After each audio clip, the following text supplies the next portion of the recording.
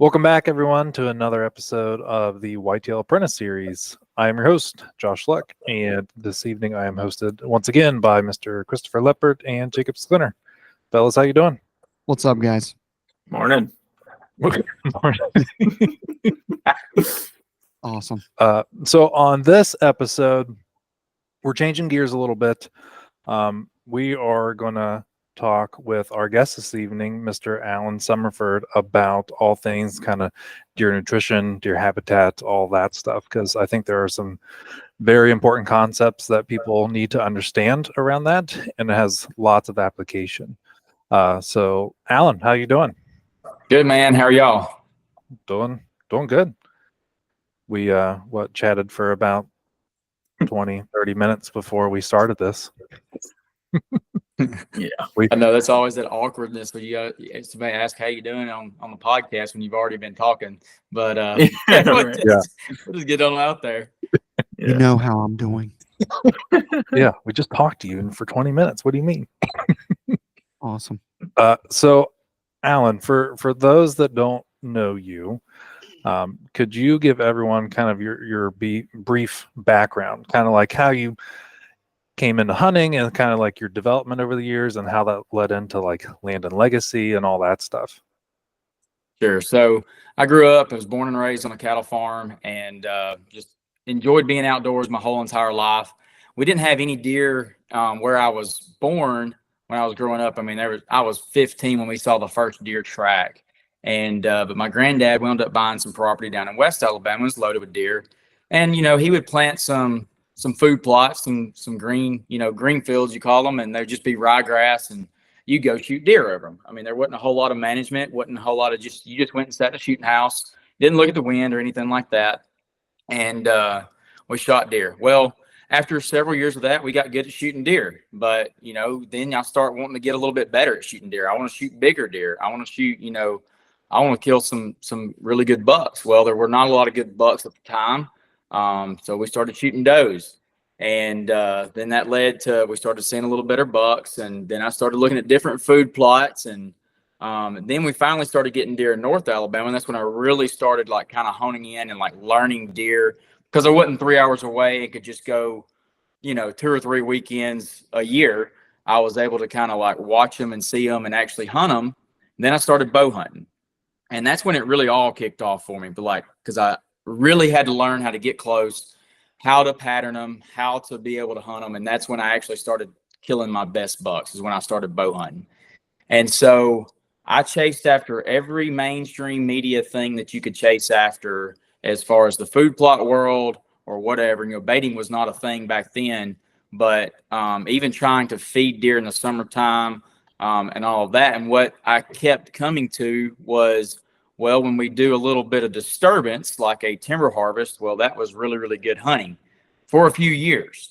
Then I learned how to play around with fire, and I became a pyro, and I started lighting the world on fire. And things started getting a lot better. Turkey started getting better. Deer hunting started getting better. We started producing some absolute good deer. Was killing some really, really good deer. And still, I was striving for that next thing. And I saw some fella talking about a savanna. I'm like, what in the world's a savanna? So I want to go create a savanna on my place. So I'm having a timber harvest. I just bought this place in Tennessee, and it's got gigantic white oaks. I mean, most beautiful timber you've ever laid eyes on. Just white oak after white oak. And there's about 20 acres of it.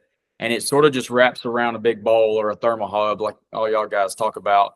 But it's really hard to hunt because there was just, a lot of acorns on the ground, a ton of deer, but not a really great way to hunt the deer. And at that time frame, I'd been burning and stuff and doing all the things, but I'd started noticing a bunch of flowers and stuff on my property. And this guy got on TikTok named Kyle Liebarger. He started posting all these videos and stuff about flowers and butterflies and all those things. And so I look him up, and he like lives 3 miles from my house. And I was like, hey, I got some flowers and butterflies and stuff on my property. You want to come look at them? He's like, man, sure. So he came out to the property, and I was getting ready. The logger was actually moving into the property. I already kind of had my design laid out, how I was going to cut the timber and stuff. And he actually was, he was a timber buyer at the time. And he kind of got into the native thing the same way I did, trying to plant food plots. And anyways, we're talking about it, looking at the native plants and stuff, and he found a lot of really cool stuff on my property. And we started talking about the timber harvest, and I told him what my plan was, and he's like, well, because I originally was going to keep most of my big white oaks. He's like, well, you might want to cut more of the white oaks because those things are so big, they're going to fall down and die and stuff like that. And so what I wound up doing is like, well, I'm going to completely change gears. We're going to cut some big white oaks, and it's going to be okay. But I'm going to start creating this and designing the habitat to where I'm going to be able to hunt it now. I'm going to take this 20-acre rim that goes around this thermal hub, and I'm going to break that thing up into different sections. I'm going to have some sections I don't cut hard, some I cut really hard, and then a mixture of that all across the board. Well, that led to the absolute best hunting I've ever seen on any property, the way it worked out. And just the fun of setting it up and designing it, and then actually, running the management and disturbances on it, it made that property just blow up. And within 2 years, we killed my son, he killed the biggest buck that had ever shown up on the property right after that timber harvest. And is an absolute stud for that area, especially, but it's 150 class 10 point. And I'm like, well, this is something right here. And so Kyle, he posted some podcasts and stuff. So I listened to like all 7 of Kyle's on the way to North Carolina one day. And then he's like, I said, man, I already listened to all yours. Who else do I need to listen to? He's like, well, you need to listen to Landon Legacy. So I never heard of them before, really. So I listened to them, listened to their podcast, and man, it was like, this is what I have been looking for. Like somebody that actually talks about native plants, native habitat, promoting the natives, along with food plots, along with strategy, along with designing the properties. Like, man, like this is awesome. So I started listening to them, and like a lot of the things that I had been doing, that's what they've been preaching and talking about for like 5 years. And so I started following on their page or whatever. They became friends with me. They started seeing a lot of my stuff that I was doing on my farms, and like, hey, we want to do a podcast with you. I'm like, okay. I'd never done a podcast before. I was nervous as a cat in a room full of rockers, but after the podcast, he said, man, you did really good. He said, would you like a job? And I'm like, well, I kind of got a job. I'm still a cattle farmer, remember? And I got a lot of cows, and it's a full-time job. He's like, well, I would like to have you come on and be a consultant with us. And you don't have to be full-time. You can start off, slow. And if you like it, and build it to as big as you want to build it, and still farm if you want to. And I was like, well, that sounds great. So here we are 2 years later. And now I'm consulting all over the Southeast, and got the honor of getting to speak at the Mobile Hunters Expo, talking about plants and how it relates to deer hunting. It's awesome, man. Yeah. It sounds like you've given that a few times. I mean, that was like, so there's a lot of people that you have on podcasts that you can tell are like consciously trying to create the story of how they got into things. And there are other people that like lived it and have had it through experience, and they're literally just like recalling what's happened to them. And it's so obvious who's pure about what they do and loves it and is passionate about what they do. And I would emphasize that we saw that in the expo quite a bit with you. And it's just shining true even more so right now. I mean, what a story. I appreciate it, man. Cool, man. Yeah, it's like people like yourself, when they talk about it, it's like recalling like a fond memory, right? Yeah. It's like this enjoyable memory that they're excited about. So that's good to hear from you. Yeah, Chris said something the other day. He's talking about when y'all are starting the mobile hunter thing, and somebody told you to fail fast. Well, let me tell you, I failed fast in a lot of ways. And so, but you learn so much from when you fail, and you can take and apply that. Cause like when I first started bow hunting, it took me like 3 years to even kill a deer. Now I was shooting PSE Slova, and I think the deer were jumping out of the way of the arrow before it got to them. But, I finally killed a couple, and then they started coming in droves after that. But it definitely, the failure sometimes will lead to some really, really great things. Yeah, that's like, it's so weird how failure actually helps you. It doesn't seem like it at the time. None of us are like, yay, I screwed up, or whatever. But afterward, it's almost like every time you look back, you think about it and you just think, I learned so much. And I don't think I learned very much when I'm successful, even when you kill a big buck or whatever. Like, you really don't learn. You might have learned that you were right that day or something, but other than that, that helps you for that time, but it's like really temporary, I guess. But for all those that may not be aware, though, we are not talking to a dude who just goes and plants. This gentleman, we talk to a lot of people. He is my personal favorite deer hunter across the entire U.S. because he has knowledge on all these plants, but he kills big deer both on private and public. And that's actually something that's not easy to do, especially I think you could say that it's more advantageous when you can manipulate your properties and stuff. For sure. But I mean, it's still a lot of work, and it's still a challenge, and they don't just come. Like, there's a lot of thought and strategy that goes into it. So we're really honored to have Alan, and I just wanted to kind of get everybody on the same page. We are not talking to like some botanist or like we're talking to a damn death machine right now. Well, when I go out in the field with a botanist and they start naming off plants, like, I am lost as a goose in the hailstorm. Like, I have no clue what they're even. I'm like, hey, look, I need common names, not scientific. Yeah. I mean, yeah. Mm-hmm. But no, but you say that about the private and public land. The thing is where I live in North Alabama, I've got really small property. I've got a big property here, but it's very small pockets of where deer are. So I'm hunting like really small acreages and a ton of hunting pressure. And it's even gotten worse since they started baiting. So like it's made it easy for people to kill the 2 and 3 year old bucks that I'm like letting walk, that are so dumb to go walk up to somebody's back porch on their back 40 and shoot at a corn pile.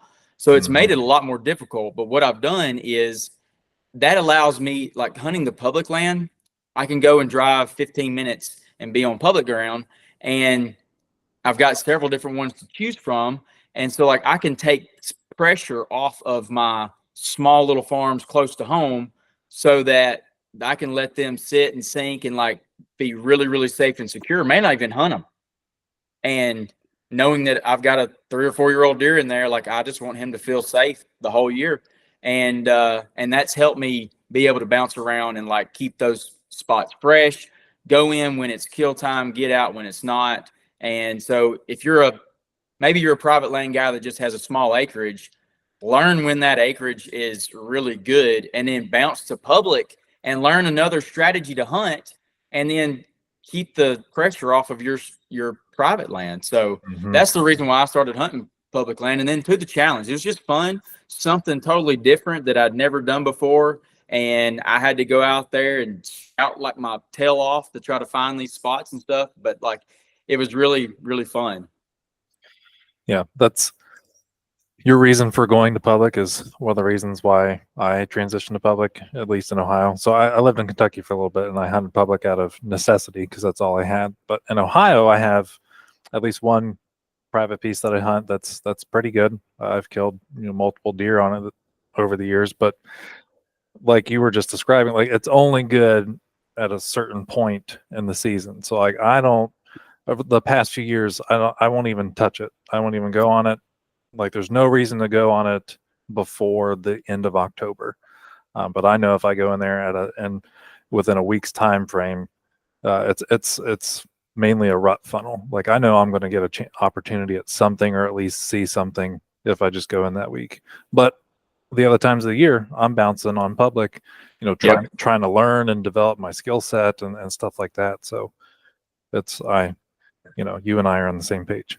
Yeah. So I want to kind of go back to what you were talking about, that 20-acre bowl when you started doing your cutting the white oaks and diversifying like the habitat there.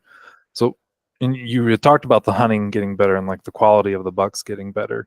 So is that more of a nutritional value? As I suppose we can start transitioning into like the nutritional value and like what deer need in order to, you know, produce that quality whitetail.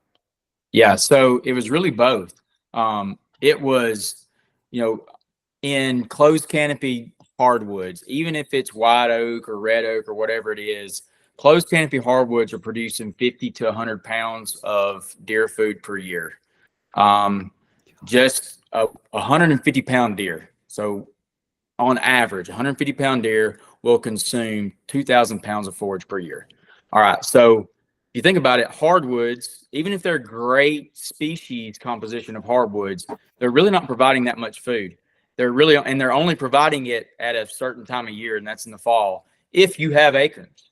White oaks don't produce acorns every year. They're going to be 3 out of 5 years at best, and sometimes it's worse than that.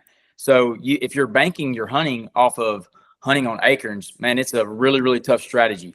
Even in this hardwood section, I had a really good mix of red oak and white oak.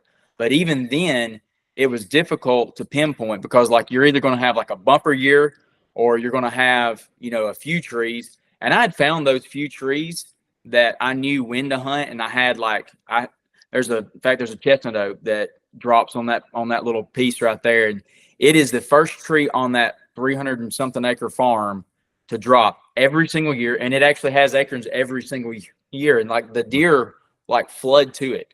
And it's a magnet. It will have bucks on it and all that. But like after that one, you got 3 days to hunt it. After that, you're not going to find, you know, it's hard to pinpoint the deer, hard to hunt the deer. So that timber cut, I left a little flat of acorn trees right there around that one so that I could transition from the chestnut to when the white oaks and some red oaks drop. But then right beside that, I cut it hard. And when I cut it hard, I created a transition line. So that transition is all cover. It's thick. It's a lot of woody browse, a lot of herbaceous growth. And then where I cut it up the hill. So a lot of times bucks are not wanting to run right on top of the ridge unless maybe it's the rut. A lot of times they're wanting to like side hill just a little bit. And what they're doing is they're putting the hill between them so they're not skylined. And so the other thing is the cover also does the same thing. So now I just put a transition line of thick cover right at the trail that I've scouted and found the trail where they're side hilling this ridge anyway. And I ran that transition line right through that trail. Well, now I've got across the ridge, I've still got intact, like I didn't cut anything on top of the ridge. It's still big, pretty oaks and gives me good access in. I can walk the spine of the ridge, get in my stand, drop just off. Or if I want to come around the other side, if the wind's not perfect, I can drop just right there to that trail and I've got a 20-yard shot. So I just created that transition.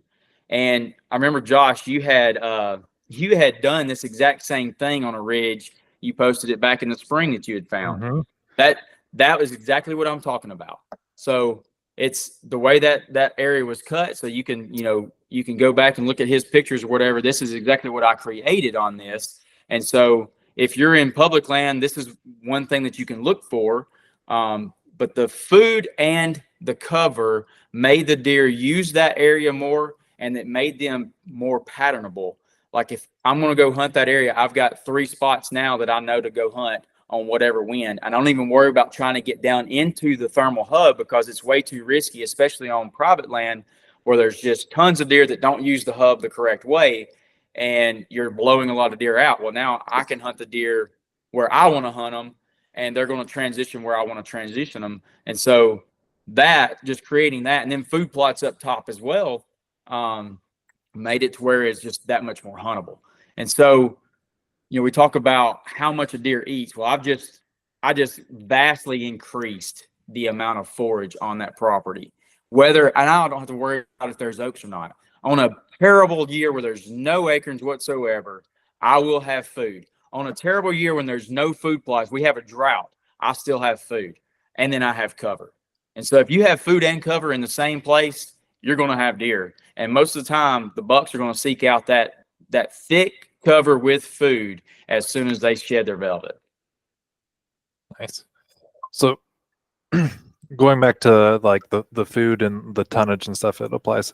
What remind me again? How much the acorns? How much do they provide as far as like tonnage? Closed canopy hardwoods, 50 to 100 pounds per acre per year.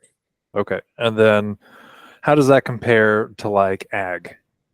Ag can be a lot more than that. I don't even have the ag numbers. That's shame on me for not getting that. But where I'm going through is habitat and young forest. So think of young forest regeneration as a clear cut. That's going to be somewhere in the ballpark of 1,000 to 1,500 pounds per acre.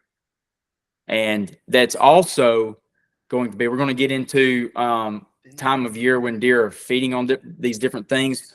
But that, the acorn thing or the closed canopy hardwood thing, and out that may be closed canopy hardwoods that's got really good acorns. Not every closed canopy situation is going to have food. I mean, if you're getting like a maple or sycamore or a bunch of trees that's not dropping mass that deer that eat, they're not going to be feeding in there. There's not very much on the ground. They may have a little bit of smilax that's like holding on, but it's browsed to death. And you'll see like a browse line on any kind of vegetation that's down low, and it's really not very high quality because it can't get sunlight. And so it's just barely hanging on. Deer coming through there, nipping it off, and it's just basically sticks left. Whereas you have the managed timber areas, you're producing 1,000, 1,500 pounds easy, maybe more in some cases, depending on what species composition of trees you have there. But all of that is available at a longer period of time. It's not like where you have acorns, white oak acorns last a couple months. This is lasting a long time. Not only is it producing cover, but it's producing food pretty much 7-8 months out of the year. And so, and it's also at a time when the only time really the young forest regeneration is not producing food is after 2 or 3 frosts. But it's still producing cover. And it still does have food in it. I mean, you're going to have blackberries. You're going to have different little woody tips and stuff that they're going to be eating on. So it's like never nothing, but it's always, there's certain times of the year that's really, really high quality. Man, so for those that just heard that, that should tell you everything you need to know in life. But like that amount of difference in food and the length of like sustainability, I guess, is how you put like 7 or 8 months of food or a month, basically. Here Don't are forget the cover aspect of it. well, right, Yeah. that too. But it's when you put it like that, like you're looking at a buffet versus hors d'oeuvres. Like, I mean, it's crazy. I mean, I've thought about this, but I didn't know those numbers, and that's staggering. It tells me why. Yep. Why native browse is the way to go. Jeez, oh Pete's, dude. I mean, everybody knows go hunt a clear cut. I mean, like there's tons of times, like anybody that's ever hunted in timber country and they clear cut an area, that's what we're talking about. Like that's what this is. And you get only a few years out of it if you're not disturbing it after it's clear cut. So you can take that window of time, 3 to 5 years on a clear cut, it kind of starts staging out and it becomes just stemmy thick. Deer may still use it. Deer may still travel through it, but like the food aspect goes way down as soon as the canopy gets up, 10 feet tall and it shades everything out. Can I ask you? Oh, go ahead. Yeah, I was going to touch on oaks and stuff like that. So I have seen very different things as far as just regionally, if oaks are producing or not. There will be guys on some properties saying that oaks are dropping and oaks aren't. And I assume this differentiates between the species, but you hear a lot of guys saying like, "Oh, we had a good oak year last year. We're not going to have one this year." There's some people that will say that there's nothing dropping in the whole woods this year, but I'm not quite certain on if it's really true that the entire oak stand is revolving around the same cycle, or is it individual to the oak tree or the section? Or would you say it's like where's the cutoff line? If you have like, let's say a 10-acre woods of oaks, would you say that there could be a couple of trees individually producing and some not? Or would you say it have to be, oaks on a different property entirely of a different root system? Or how would you say that the cycles kind of rotate? Yeah. So what a lot of times is happening is when you have a late frost. So sometimes you'll have, really late in April, you'll get that little cold snap or maybe it's even later up there, but down here it's April. You'll have that cold snap hit after the trees have already kind of come out and they're setting their blooms and everything. Well, if you have that real hard freeze, it's killing a lot of the blooms. And sometimes, and most of the time, what happens is you'll have, everybody knows, cold air stinks. So the really, really cold air, you may have all the acorns down in the bottoms got frostbit and they didn't produce acorns, whereas the ridge tops, they didn't, they had, maybe there was a breeze blowing and it kept them from freezing, or maybe it stayed just a couple of degrees warmer up at that elevation. And so they didn't have as many blooms that froze. The other thing is the health of the trees. Trees, they get old and they get less productive, or they're too densely stocked and they'll be producing acorns and then they get so thick that now they're all competing with each other for nutrients and they're just trying to survive. They're not actually producing fruit. They're just trying to survive. And so that's the other thing that, managing your timber does is not every tree produces a lot of acorns. There's some trees out there that may never produce acorns. I don't care if you have the perfect conditions, but there are some trees that's going to be really heavy producers. But when you go and just open up the canopy and you start taking out trees and creating space, well, then those oaks that are going to produce a whole lot more, because now they're not having to compete with all these other trees with water, nutrients, and sunlight. And so you get a lot more acorns that way. So I have two more questions regarding oaks. I have that one great answer. You educated me a lot there. I'm just like thinking of how this applies to like oak islands and marshes and stuff like that right now. Because this last year this delves into my next question, what I would call like an overproduction year. So there's like, I don't know how much of this is truth, but I've been told by many people that once every 5-6 years or something like that, the oaks will essentially way overproduce so that, acorns get lost, acorns get buried, and ensures that more of them are seeded for the upcoming years. How much truth is there to that? And is that really a thing? Or, I can't speak like scientifically, but I can just speak on what I have seen. I have noticed that there are years where they just absolutely produce more. And sometimes I've had that happen in consecutive years. And so, and some people I've heard say that sometimes if a tree feels stressed, sometimes if it has enough nutrients, it'll overproduce because it thinks it may die, or it's, it may be in that situation where it's trying to ensure the next generation, but that I don't have a research to back that up. But I do know that I have seen, so just because you had an acorn crop last year that was a bumper crop, I have seen back-to-back bumper crops in white oaks and in red oaks before. So like, that's not always like, just because you have a bumper crop one year doesn't mean you won't have a bumper crop the next year. There's so many different variables and it all just depends. But I know that if you have an overstocked timber, you're probably not going to have bumper crops back to back. When you have a properly stocked forest and they're not starving for nutrients, because it takes a lot of nutrients out of them when they're producing those acorns. They're taking all this stuff out of the roots and putting it into that fruit. But like, if they can replenish that fairly easily, they're not stressed and not have so much competition from all the other trees, then they're able to do that more readily and produce more acorns. So do you feel like those oaks that they leave in the middle of the clear cuts that are more, solitary basically, will have a better chance of producing pretty good crops and back to back and all that? Yes and no. So sometimes when you have a whole bunch of trees and they're growing up all at the same exact time, and you go in there and you wipe out the forest around one tree, a lot of times that one tree will die because it depends on, like, was it a tree that it had big, wide, sprawling out limbs where it actually grew up at a time where there was not competition and it grew a big, wide canopy, like a big wolfy looking tree. A lot of times those can survive because they actually grew up at a time when it was very open. And then the last 20 or 30 years, you got a bunch of other trees that just came up beside it.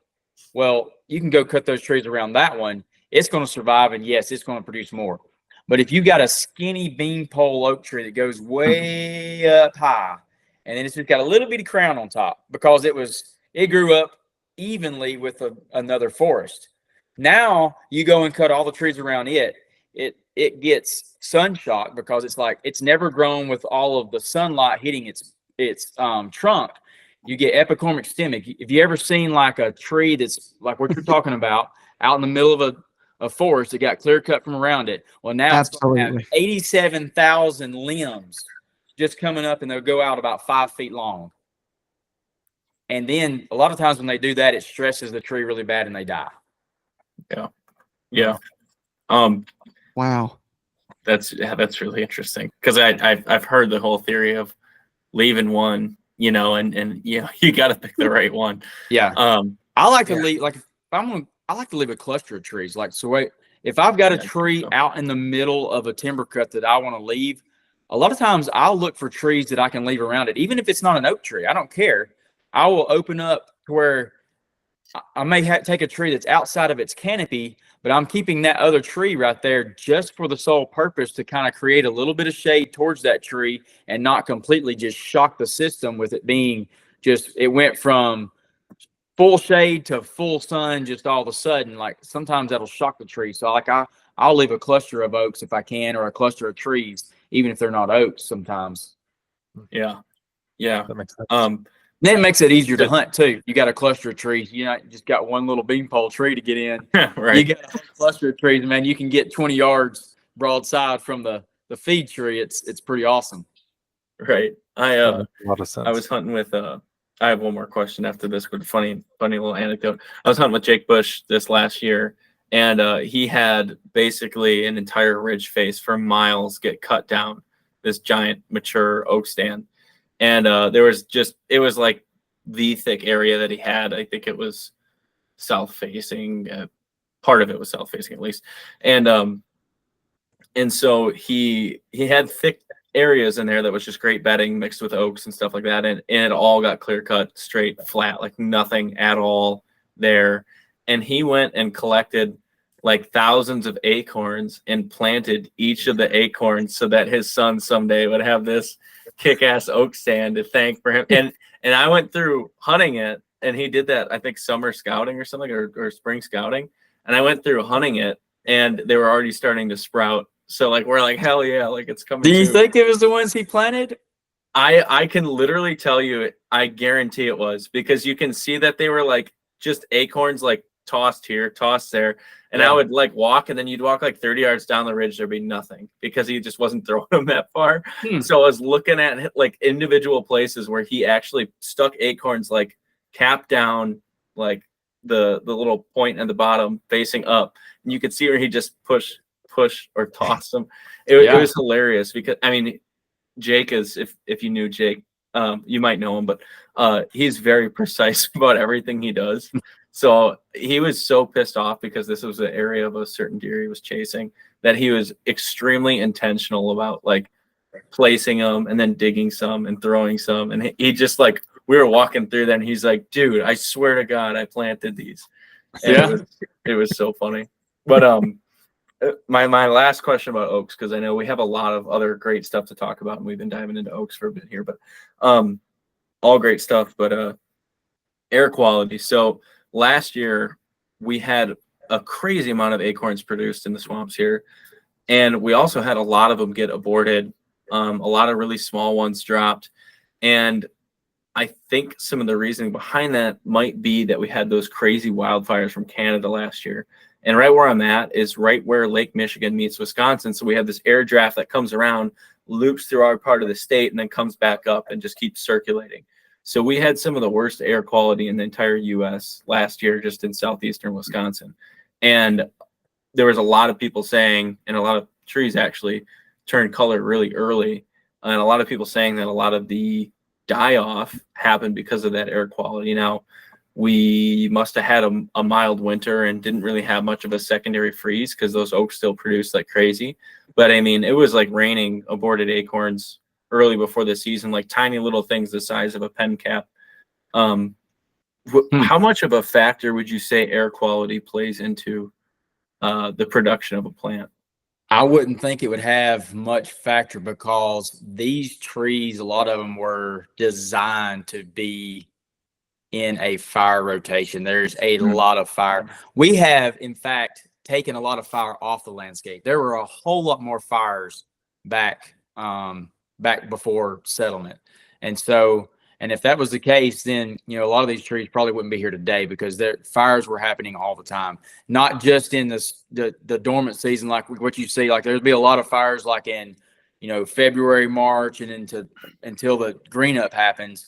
It had been year-round fires, and a lot of them, and very, very frequent. In fact, the fires were so frequent that there was a lot more prairies and savannas than what we have now. We didn't have timber everywhere where timber is now because the fires were happening. Now, it may be slightly different up in Wisconsin. I know the burn windows are a lot shorter, like the farther north you go. So they didn't have as many fires as what happens like in the South and the Midwest, but those prairies would have burned a lot, and there would have been a lot of smoke. But I don't think that air quality would have any effect, especially not just from fire, would have any effect on the acorns dropping. But it's probably more like, did you have a dry summer or some other environmental factor that, because I have seen acorn drops like that. If you have a drought, they start shunting the acorns off because they're like, well, I'm going to need this moisture and these nutrients because I'm concerned about self, not fruit. And so I think that's a lot of times where you'll see acorns drop a little bit early. It may be some other type of factor like a drought. Yeah, we had a crazy dry year all year last year up until like early November.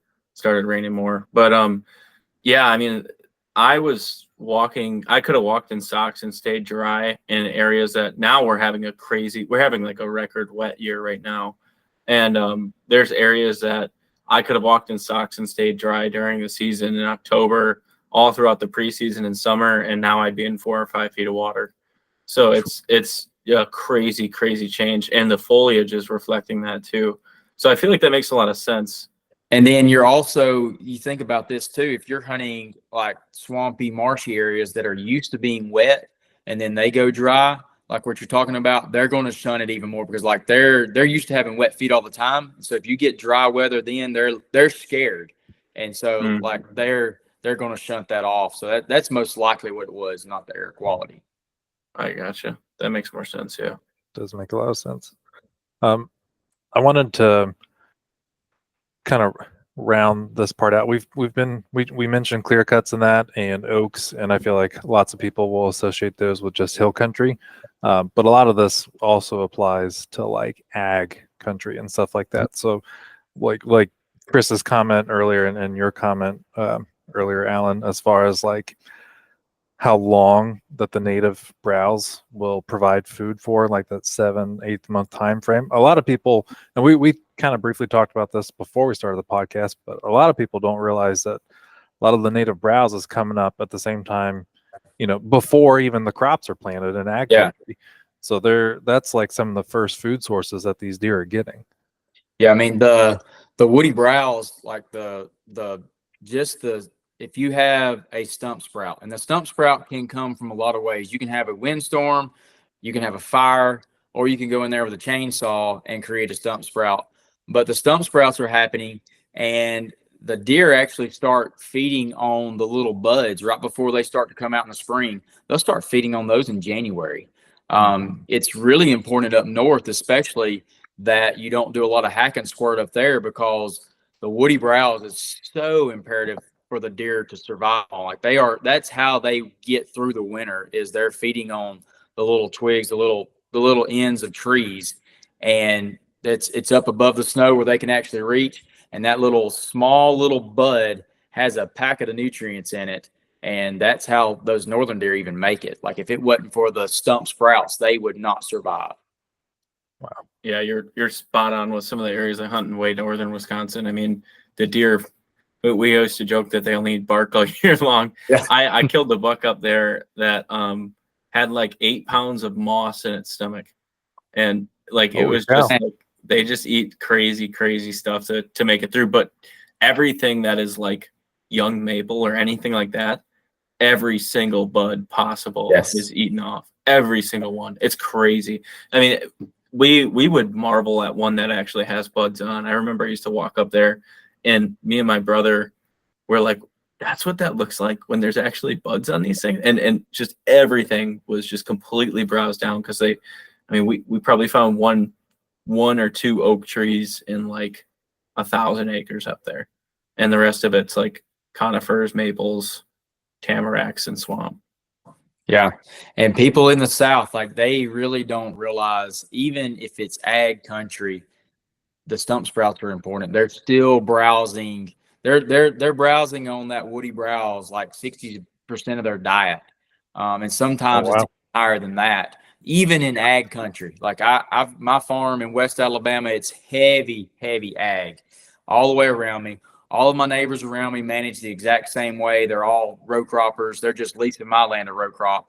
But where it makes a difference is where you put in your timber or your fields, and we're going to get into that first in just a second. But the amount of woody browse I see eaten off like stump sprouts, even when they've got a giant field of corn or soybeans to be eating on, they're still preferring the stump sprouts.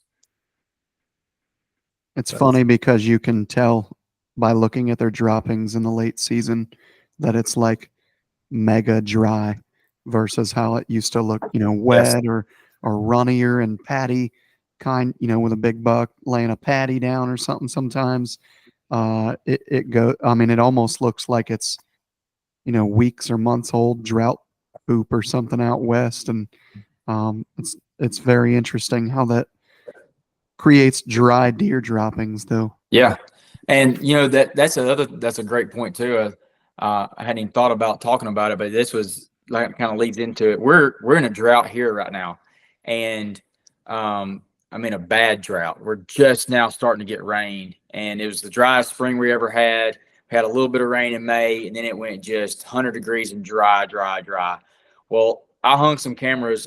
I don't ever hang very many cameras in summer, but my wife's like, hey, get out there and hang some this year. I'm ready for you to get after it. And I said, okay. So I went and hung several cameras over some water holes. And I've hung cameras over these water holes in the wintertime, had great pictures of bucks on them. And my farm's really wet. And so I was like, man, it's a drought right now. I'm going to go hang these cameras on these water holes. Man, I ain't getting nothing, like a doe or two. But, in the wintertime, they're feeding on the woody browse and it doesn't have moisture in it. This time of year, even in a drought, the native habitat and even the soybeans and stuff like that, they're getting most of their moisture from those plants. Yeah. That's the most depressing thing in the world. When I started hunting Kentucky, it was all water holes. And I'm like, where in the hell are all these deer? They have to be thirsty. It's 95 degrees. Why are they not up here pounding water 6 times a day? This should be better than a corn pile. And I had it all figured out. I was going to kill a giant off of a water hole early season when it's like almost 100 degrees. Man. And then a couple years later, talk to gentlemen like yourself. And it actually started with a question about what's the cover crop people plant on the winter wheat.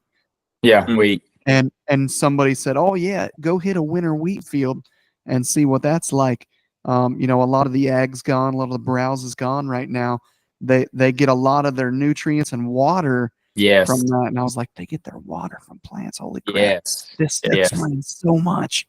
I tried like explaining to people what that's because like there's so many people when I was getting into hill country, a lot of the guys at the local college would be like, you got to put, because a lot of them loved like their private land parcels. There'd be kids that get permission on like 2,000 acres out there. And like I was hunting public and they're like, dude, you got to find a way to get like a water hole on public or something like that. I'm like, man, I scout this time of year. Like I get up at 5 a.m, and 4 in the morning so I can scout and get to the place I want to hit before sunrise so that I can go to wrestling practice after that and then classes. And I was like saying, like, I cannot walk anywhere without getting absolutely soaking wet because of the dew. Like every morning, like clockwork. I mean, a deer could lick its fur and be hydrated for the day. Like there's so much water everywhere at that time. And that's, I mean, you think about how much more often you actually see deer in the early season when it's green like that out in fields in the morning. It's a stark contrast between when you've got more frost on and when you've got less, moisture in the plants and in the things that they're feeding on. Yeah, I've seen more deer at a water source when it is freezing cold, like 30 degrees, and than I ever have when it's 100. I mean, yeah. They're a lot better that time of year. You talking about the drought too. I was hunting in Tennessee last year. We was in a wicked drought, but I planted my food plots and caught good rain, and the deer were hammering the food plots morning and afternoon. But it is just like you said, they were seeking that moisture more so than they were the plant. That was the only thing that had any moisture in it at that time. There weren't any water holes or anything like that. It's all upland, but there was enough water in the plants that they were getting what they needed from that. So that's a huge key. If you're thinking about water, I like water holes around the rut. I like water holes, in wintertime, but summertime, I've never killed a deer over a water hole. Yeah.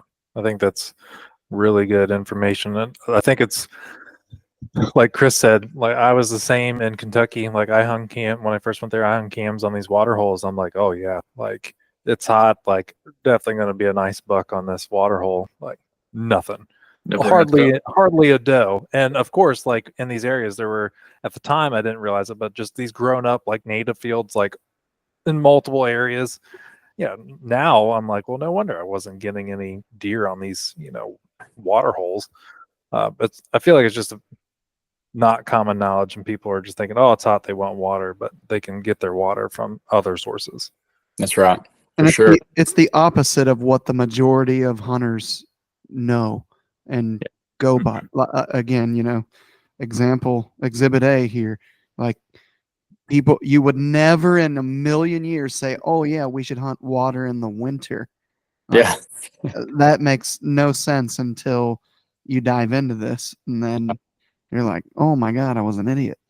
It's what they're eating while they need the water in the winter. Yeah, Exactly. Alan, pre-recording, you gave us an excellent rundown on a lot of like natural browse sources and plants. And you talked about breaking down a little bit of the contents that, is applicable to deer antler growth, sustaining them over harsh winters and things like that. I often think of a lot of things you listed as secondary food sources, like what I'm catching them feeding on before they're going out to maybe a major food source or doe bedding or whatever their final destination happens to be. And in areas that are pretty pressured, like where I'm at, like knowing those secondary food sources, their first stop when they stand up is absolute key. Yeah. And there's a lot that we're going to apply to a hunting strategy through these things. So like if you're a public land guy listening to this, really pay attention to these things, because this is like a number one for travel direction on public land. But I was wondering if you could list some of those things. And I know you already have a pretty good spiel in order for these, because you have to probably give talks like this all the time to people you're doing consults for. But what are some of those natural browse, and what are you really specifically looking for in these plants? What are their benefits directly to the deer? Sure. So we hadn't talked about the old field, how much that's producing. I'll just go ahead and say that before we get into the plants. But old field areas produce 3,000 to 3,500 pounds of food. Holy cow. So imagine the amount of food that is in an old field area. And when we say old field areas, think of a woody, like weedy, just briars, thickets, all that kind of stuff in a field. Like that, most of that stuff in that field is deer food. Like the majority of it is.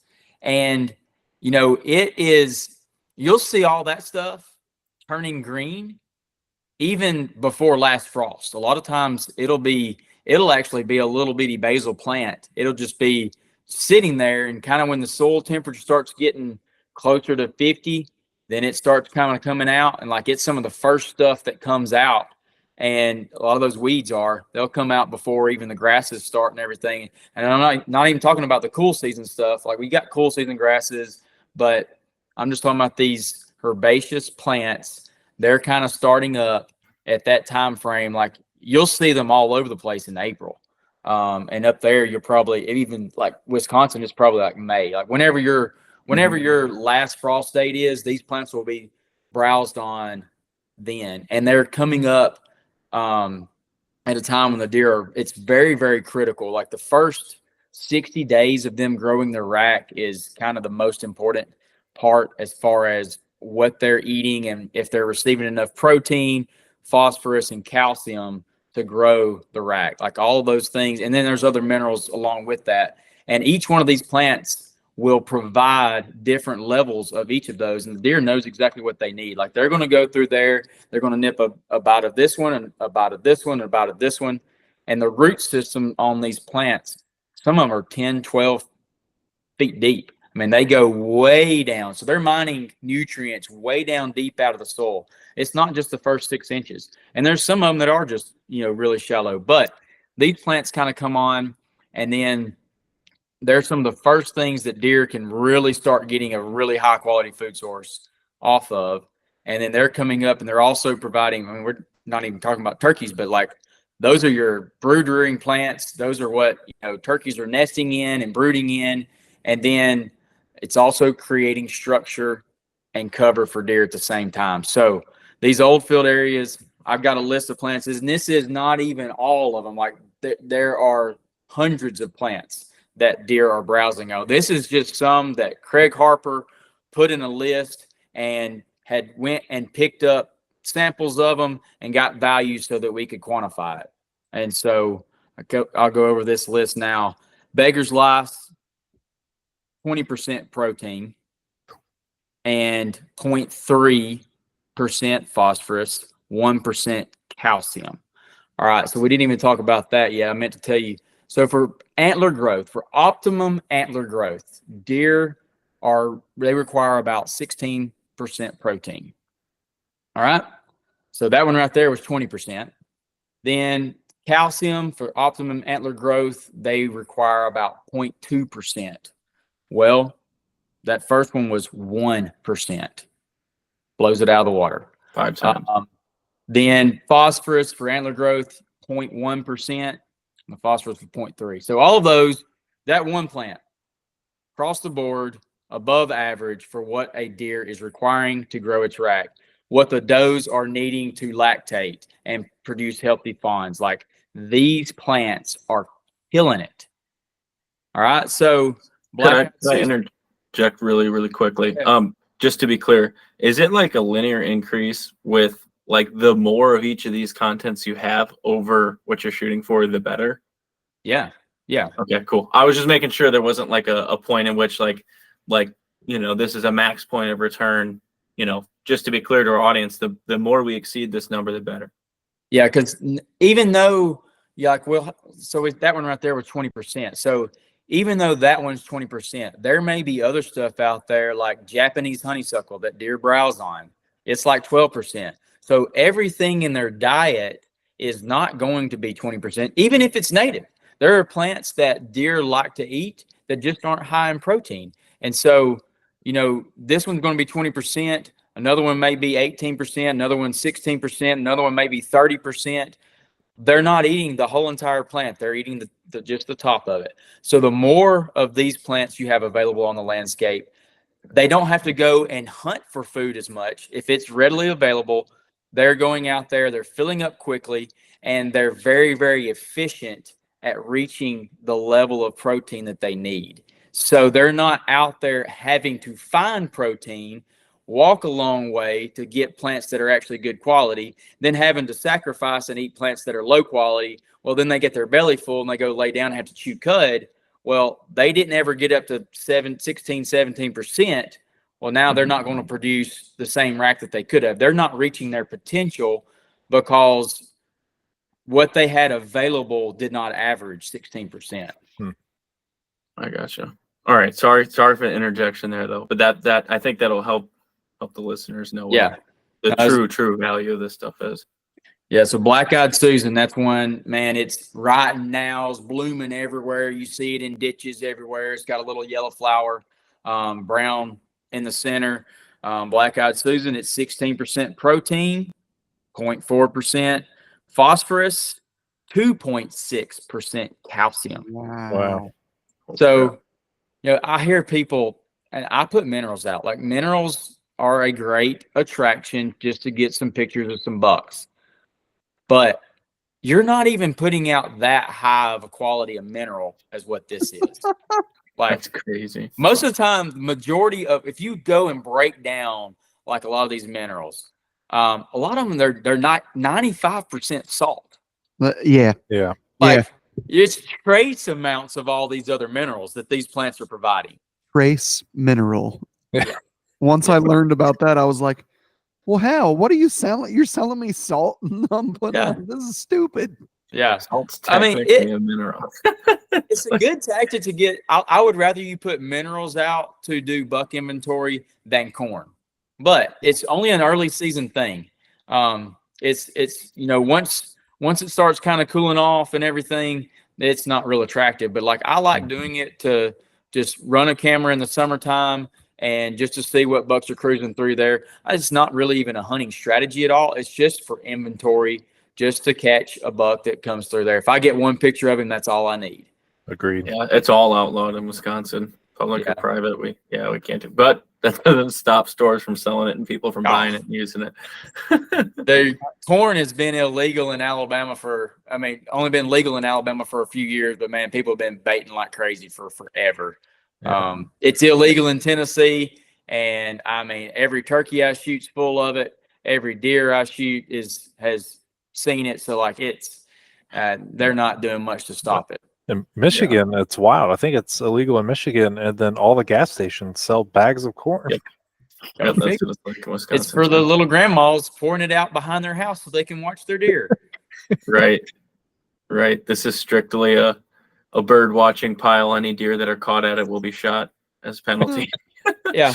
And while we're on the whole corn kick, it's like 9% protein. So if you are one of these guys that think that you're helping your deer by pouring out corn this time of year, you are backing up. You're not helping your deer. You're actually decreasing the average amount of protein in their diet. So don't put corn out in the summertime. Like, it's pointless. It's the dumbest thing ever to put corn out in the summertime. I can't stand it. It's bad for turkeys. It's not helping your deer herd out. Now, if it's legal where you hunt to bait, by all means, go throw some corn out and hunt over it. I don't care. In some cases, it's probably necessary to bait, but you're not feeding or growing your deer herd by pouring out corn. Save the pulse. Yes. All right. So moving on, common lamb's quarters, 23% protein, 0.2% phosphorus, 1.5% calcium. Ragweed. A lot of people have ragweed. It's a very, very common one. It gets a bad rap for everybody sneezing in the fall, but it is heavily, like, you will see a ton of it anywhere you have ran a fire through or anywhere you've done some disturbance. I mean, you just go and disc a field in the late fall, and even if you do it into the wintertime, it's almost a guarantee ragweed will show up in those areas. But ragweed, 21% protein. I mean, it's wow. And it makes a great seed that turkeys and quail love to eat. So really good one. Coneflower, 26% protein. I mean, now we're getting up there close to soybeans. 0.6 phosphorus, 0.7 calcium. Then evening primrose, it kind of almost will create like a bush, has a yellow flower on it. The flowers will kind of open up at night and then kind of close off in the day, then open back up. 27% protein, 0.4% phosphorus, 1.9% calcium. So all these are killing it all the way across the board. Protein, phosphorus, and calcium, they're all above what a deer actually needs. Daisy fleabane. It's a little It'll have like white petals, kind of a little yellow flower in the middle. It comes up a lot of times early in the spring. It won't ever get much more knee high. 16% protein, 0.3% phosphorus, 1.3% calcium. Florida Pulsley, y'all probably don't have that in Wisconsin. 19% protein, 0.3% phosphorus, 4.1% calcium. Oldfield aster. This is one of my favorites. In bottomland areas, I have a ton of this stuff. Even in closed canopy, like you're talking about moist, big hardwoods. In those moist areas. Yeah. What? I'm just showing you the different flowers you're naming. Basically, Oh, yeah. we have all of this stuff everywhere. Awesome. This is awesome. Yeah. The Oldfield asters, man. I see these in bottomland areas where it's kind of moist soil. A lot of times, like kind of in a creek area, like you got even like a drainage ditch. A lot of times you won't see like big, like it won't be across the whole entire woods. A lot of times it'll be around, like if you see a bunch of wood oats, go look for these asters. A lot of times they're there. And a lot of times they won't even have a flower on them because the deer are nipping them out so hard. But I have these. I watch deer feeding on these all the time in bow season. Like this is one of my favorite ones to target. If I don't have acorns, these are coming on kind of late summer, and I watch deer browse this stuff all the time. And then it'll even hold on and be after a couple of frosts. It'll still be hanging out. So I'll be hunting over this, late October, 1st of November in Alabama. So that's one I really, really like to look for in bottomland hardwood areas. There's also, you'll see them out in fields, and there's actually like, man, I can't even name how many asters there are. There's like, I don't know, probably 30 of them. There's a bunch of them. Wow. A lot of different kinds. They all look very similar. They all are very good, but it's 19% protein, 0.5% phosphorus, 1.1% calcium. Blowing it out of the water. Partridge pea, it's a really cool one. It's a legume, a native legume. It kind of, if you know what a honey locust looks like, you know what honey locust looks like? It's got the thorns on it and everything. Well, this doesn't have the thorns, but it's in the same family. It has the same looking leaf pattern as what a honey locust has. Little small, tiny leaf, and it'll grow up about knee high. It has a ton of little yellow blooms all over it. It'll actually make a pod on it, like a little bean pod on it. Phenomenal for turkeys, phenomenal for quail, and it's also pretty good for deer to eat. It's only 21% protein, 0.2% phosphorus, 1.0% calcium. So really good one. Pokeweed. Y'all know what pokeweed or poke salad? Mm-hmm. That's another good one. It's it'll have a big purple looking stalk, great big huge green leaf on it. It'll have some little berries that are kind of purple that'll kind of droop down. Pokeweed is 28% protein. God. Holy cow. Yeah. 0.4 phosphorus, 0.5 calcium. The other thing pokeweed is awesome for is dove hunting. It's the doves relish the seeds. It's dropping those seeds right about the time dove season's rolling in. So anytime you're on a dove hunt, bust open the crop and look at the seeds in a dove. It won't always be wheat. A lot of these little seeds and stuff, you'll see these little pokeweed seeds in there. But I really like pokeweed a lot. It's great for turkeys too, and it provides some pretty good structure. And it's one that I see.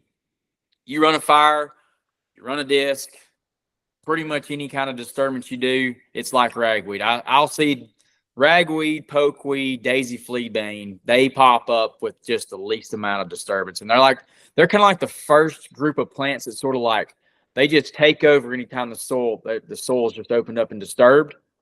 And so if you're on public land, think about some of those areas. Maybe they had some excavator work come in and do some stuff on a power line right away, or maybe they did a burn or whatever. And maybe there was a logging operation and the skidders come through there and disturb the soil. That's where you're going to look for some of these plants. So those three love disturbance. Like the more you disturb, the more they show up. Stick tights. Everybody loves those. They stick on your pants. You're picking them off, they'll be all over your truck. Your wife probably hates you because they're all over the washing machine and the dryer, and then they get all over her clothes, and They get in the bras and everything. Oh yeah. yeah. So they're 19% protein, 0.5% phosphorus, 1.1% calcium. Wild lettuce, another one I see right after fire disturbance quite often. It's like a really big leafy plant, and it looks like something you'd have in a spring mix salad. The leaves look like that, but it's 22% protein, 0.5% phosphorus, 0.7% calcium. Now that's a very short list. There is so many more out there that are phenomenal. Jacob, I heard you talking about the jewel weed. I don't know what percent protein it is. I'm sure it's high. I see deer browsing on jewel weed all the time. It's one you'll see a yellowish orangish bloom on. It's got a really cool seed dispersal. Like you can it touch the We seed. call it touch me not. Yeah. And they just explode. It's really cool. That's how they disperse their seeds. It's stuff that's like when you like split it too, it's like kind of almost like hollow on the inside. It feels like it's something that would hold a really high water content. It feels like really fibrous within it too. It's really interesting. A stinging nettle too, we talked about before the podcast. Stinging nettle like crazy, wood nettle. All these things that you touched on are like all stuff I've seen. I mean, pretty much all of it in Wisconsin. A lot of it in Nebraska too, which that was a huge game in Nebraska. Is killing. I mean, they got to walk miles to get to the food sources, and if it's an unpressured area, they start that trip in daylight. But usually, you kill them in the browse on the way. And I had no idea what wild sunflower looked like or any of that stuff. And I was like, man, this stuff is a pain to get through, but it looks like the deer are just hanging out in it. And I mean, it was so important to understand the point in which deer are going to hang up and know what they're going to select for. And a lot of the times bed there because of it. And know that browse is in an area of security as well as their bed, where they don't have to actually exit their bed to get to the secondary food source and you're cutting them off between. But if you can make your setup at the point that they're starting to browse, the time that they're going to be there is far greater than the time that they're going to be when they extend past it in daylight. They're going to spend a lot of time browsing all around you, and you're as close to within that bubble as you can possibly get. Now that's spot on. Like these plants are they're all providing structure. Like if a deer can feed where he feels like he has structure up at least belly high, he's going to feel comfortable walking around in that in daylight. Whereas if it's an ag field where it's just wide open, like deer go out in ag fields all the time, and that's where they're usually headed to. But if you can find these plants, and we haven't even talked about woody browse, like the different trees to look for stump sprouts, but if you can find these plants and this kind of habitat leading between bedding and the destination food source, whether that be a food plot or ag or whatever it is, that's where they're going to be spending their time in daylight. We all know they're going to go bed down during the day. They spend 4 to 6 hours in that destination food plot or food source, right around dusk, and then they'll bed down a little bit, and then they may feed a little bit in the morning, and in the morning they're heading back to get in that secure bed. And they're ruminants, so they're designed that they go out there and feed as fast as they can and eat as much as they can really, really quickly. And basically they're just nipping it off and swallowing it. And it goes down into a chamber of their stomach where it just sits there until it's full. Well, then they go and lay down, and it's like advantageous, so they don't have to be feeding all the time. They can actually limit the amount of time they're feeding and then get into better cover and lay down in bed so they're not exposed to predators or hunters or anything else. And they sit there and they just chew that cud, and they'll do that for a couple hours. Well, then in the morning time, they'll usually always get up after they've chewed their cud for a couple hours, and they'll feed around. They may only move 100 yards, but they'll feed around in all of this type of habitat, all of this type of cover and food in the timber or in the old field areas, and they're safe, they're secure, and they're getting fed, and then they'll bed down again, kind of midday time frame or whatever, and then they'll get up.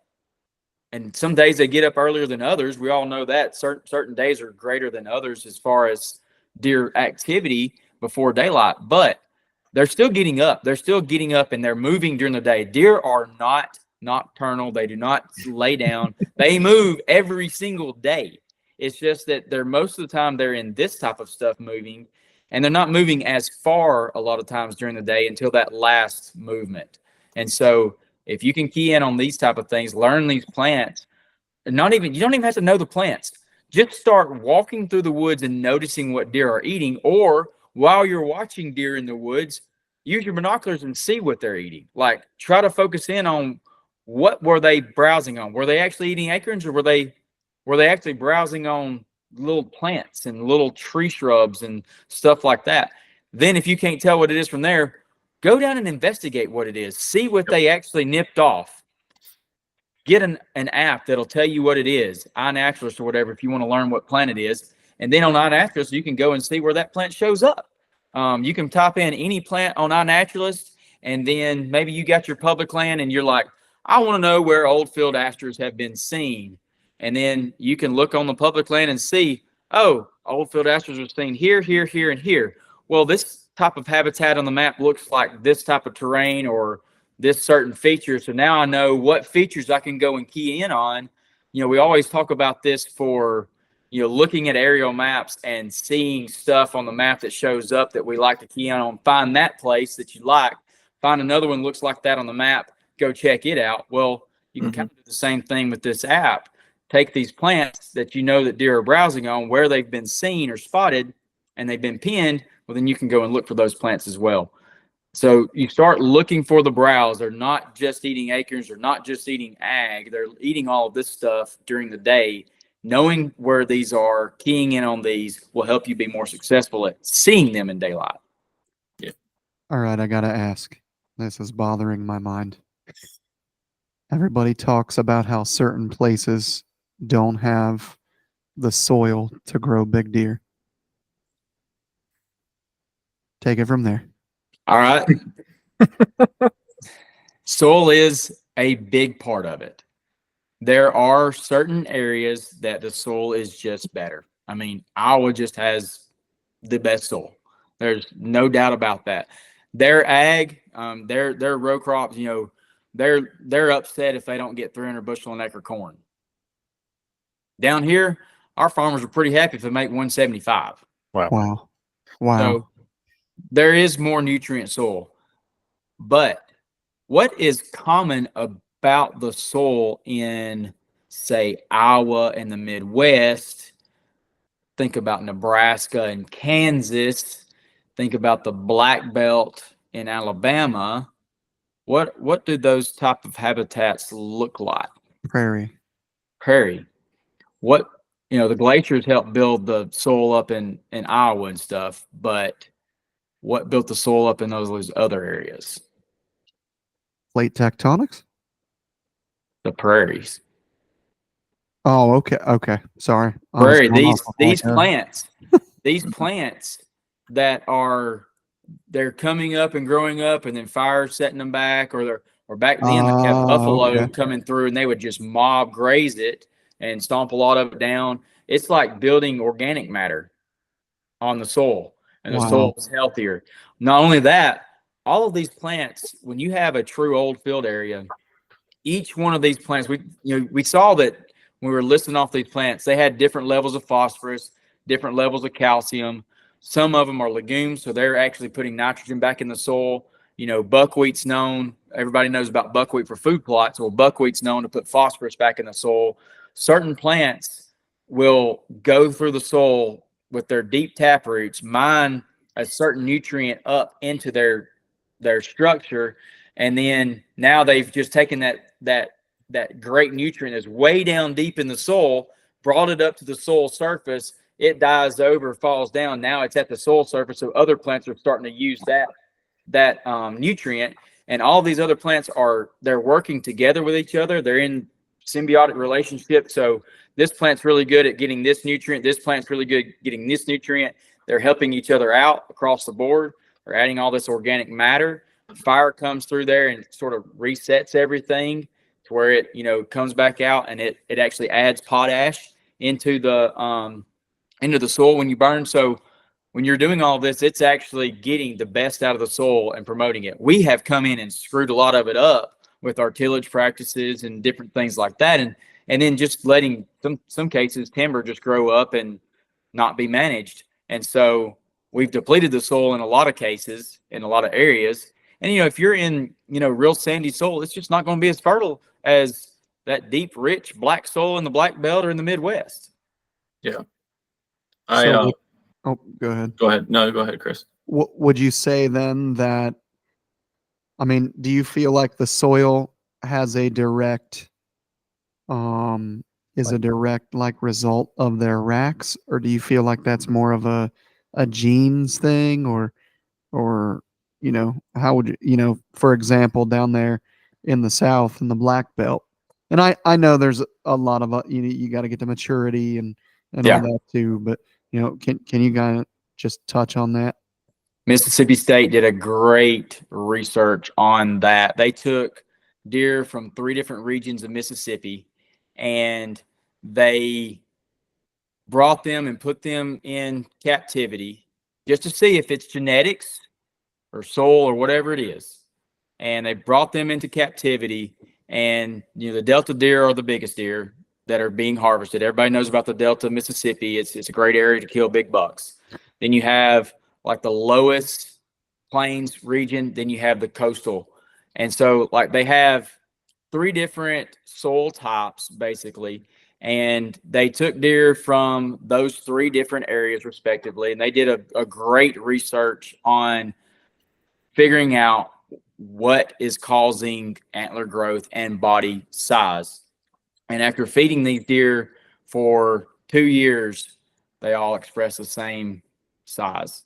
So that tells me, soil, and then, you can even increase the amount of weight and antler growth if you're promoting these species on their property. So like if you have all of these on your property, or if you have all of these on the public that you're hunting, then they're probably getting everything they need.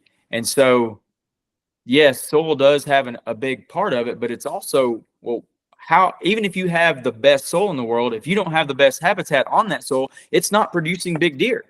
Mm-hmm. Wow. You can't have Black Belt rich soil that's just solid sweet gums and expect it to grow a 170. It's not going to happen. Yeah, man. Yeah. I'm going to go on record and say that the people in Michigan and in the South are liars, because those are some of the most diverse areas. I feel like when we go up around there, we're like, I mean, Chris and I have talked about this. We're like, man, look at all this diversity around We here. Talk at it all the time. Yeah, man. we're like, this is awesome looking, like diversity for these deer. Like, what are these people talking about? They don't have big deer. As evidence with all the baby 2-year-olds that are aborted and posted constantly. They're like mini mega freaks. The biggest thing I feel like is deer aren't getting to age. In a lot of cases, they're not able to express their full potential. The majority of the deer that I see on Facebook or wherever getting killed are mostly 3.5 and younger. And it takes them to 5.5 to get to that potential. Now, granted, I believe that you can go and shoot a 3.5-year-old deer in Ohio. It will be bigger than a 3.5-year-old deer in Alabama. Like there's also the aspect of like genetics over time. Like if the deer up north don't get big, they don't survive. Like I think Jacob, you said something about this the other day too, but like it's true. Like they have to have a big rumen and fill that thing up to be able to get through the winter. And that over eons of time has produced bigger deer. And if you've got a great big giant rumen, you can hold up a whole lot more of these really high quality plants and grow bigger racks. I mean, Yep, absolutely. Yeah. And there's that adaptation has happened over time and is also expressed in their antlers, of course, and in the way that we're talking. And there's also just the maturity level that you let the deer reach too. There's lots of people that are under the assumption that their area has no better to offer because of genetics and the the nutrients in the soil, but a lot of the times it's because everything is getting killed sub 4 years old. And, you know, a deer around here, they may think is a big mature deer, but it's got the Midwest body and rack from the nutrients in soil, and they wouldn't have any idea how monstrous a deer could be if it finally got to reach that 5, 6, 7 years old. And I've started to see it even just traveling from Western Wisconsin to here. The damage from gun drives. I mean, there's more pressure where I'm at now, but the pressure can't reach as much because of the way the cover is oriented and marshes and things like that. So you do have a few freaks running around on many properties, and if you are good enough, you find them, and then you see, holy crap, like what I thought was special before was really just a fairly good genetic 4-year-old. And now I see what that fairly good genetic 4-year-old would look like in a more nutrient dense environment and as a 7-year-old. Or I mean, there were 2 deer that I knew of last year that were 9 when they got killed, and people had pictures of them every single one of the 9 years. Yeah. And so like it's remarkable to see. But I think you have been just dropping so much knowledge in this podcast here, and there's so much that I'm just itching to talk to you about. And I want to like table a question for the end here, but one thing that you got into is biologically how often they need to eat, or like from a actual research standpoint. And this is something that I have personally recorded and put in videos. They'll stand up, browse, sit back down. They stand up. I mean, they have to literally, to digest, to poop, they got to stand up. The stand up poop, a lot of times they make the decision to go browse in that case, and they fill it up so they can chew their cud throughout the day as they're, sitting, protecting themselves in their bed. But gosh, there's so much I want to touch on, but just to start there, biologically and what you've seen in studies, like how often does a deer need to stand up, and how often does that turn into a feeding bout? Yeah, I would say right around 4 to 6 hours, a deer's having to get up and feed. And they're probably going to feed 2 or 3 times in daylight most of the time. And that early morning, that sometimes you'll catch them out. They'll still be out in the ag early in the morning, or out in a big destination food plot, or whatever it is. They're the high quality food source. And so a lot of times, like, hunters are really bad about pressuring those deer because they're trying to go in through that food source. Well, they're feeding in that food source right before daylight, and then they're traveling a pretty good distance a lot of times to get to their bed. They're kind of their first bed, and then in that bed, that's when they'll kind of chew their cud around a little bit, and for a couple hours, and they're going to get up. That's where you're talking about that midday movement, where sometimes like 10 o'clock, so somewhere around in there, they'll kind of get up again, and they're getting up, they're urinating, they're pooping, and if you've got good stuff there, they're browsing on it. So if it's available, they're going to do it. And really and truly, they're going to try to pick beds that are close to that they can fill up and feel comfortable in during the daylight. And a lot of times it's so thick you can't even see them in those areas. Like, it's pretty secure, safe cover where they're doing a lot of this movement. That's why you'll catch a deer on a food plot or an ag field midday every now and then during the rut, but it doesn't happen very often. Like, it's extremely rare. And then to try to even pattern a deer on an ag field midday or anything like that is, I mean, it's hopeless. Like, it's very, very unlikely that you'll ever be successful. You'll get lucky once every 10 years or something, but it's not going to be a successful trick. But if you can find the bedding and food in cover, they're going to be in that type of terrain 80% of the time. Yeah, and to your point, sorry, keep going. I didn't mean to cut you off. No, they're going to be in that day and night. Like, that's where they're spending the majority of their time. And then you'll get to that afternoon time frame. Some days they may get on their feet at 2 o'clock. Some days they may not get on their feet till 4 o'clock. It kind of all depends on, how the first part of the morning, how late they bedded down and all that. And then how hungry they are too. Weather conditions plays a big part of that early movement, I believe. But if I am going to be hunting a mature buck, the does don't give a rip. The little bucks don't give a rip.